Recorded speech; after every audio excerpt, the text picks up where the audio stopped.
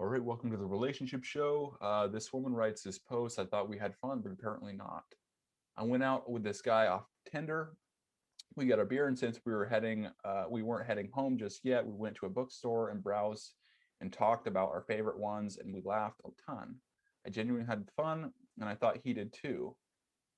So yeah, they went to multiple locations. It's like that's great. It seems like they're finding like mutual interest in things like the books, if they both like books.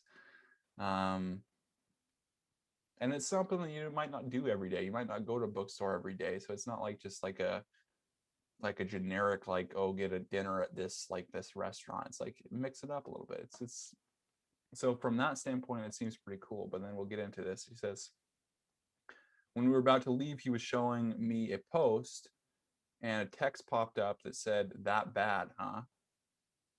And it's like, man, that really sucks.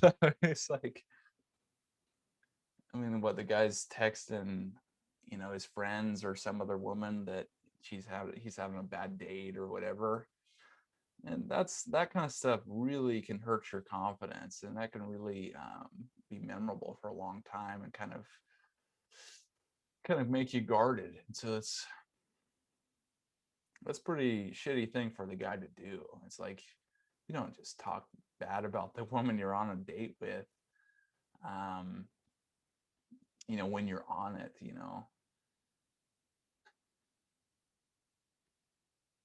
So he's probably sent her somebody's text like, "Oh, something bad that happened in the date, or something that got brought up in a conversation."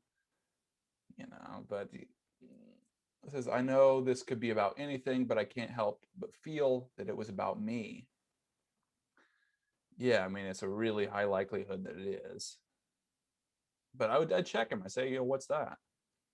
And see what his response is. If he has this huge long excuse, um, then it's probably about you, and he's trying to make up something. Um, but I know I shouldn't be assuming things, but his replies have been minimal or very cold after the date. Am I overthinking this, or should I just drop it and move on? Yeah, move on. That's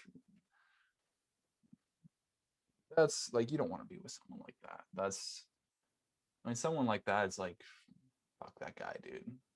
I mean, it's like someone who's talking bad about other people. It's like, how do they feel about themselves, especially when they're talking about in a date situation?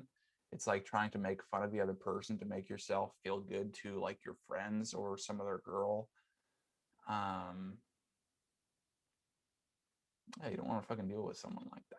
So just move on and find someone better. And then, you know, in situations like that, it's like, man, that guy's a fucking loser and fuck that guy.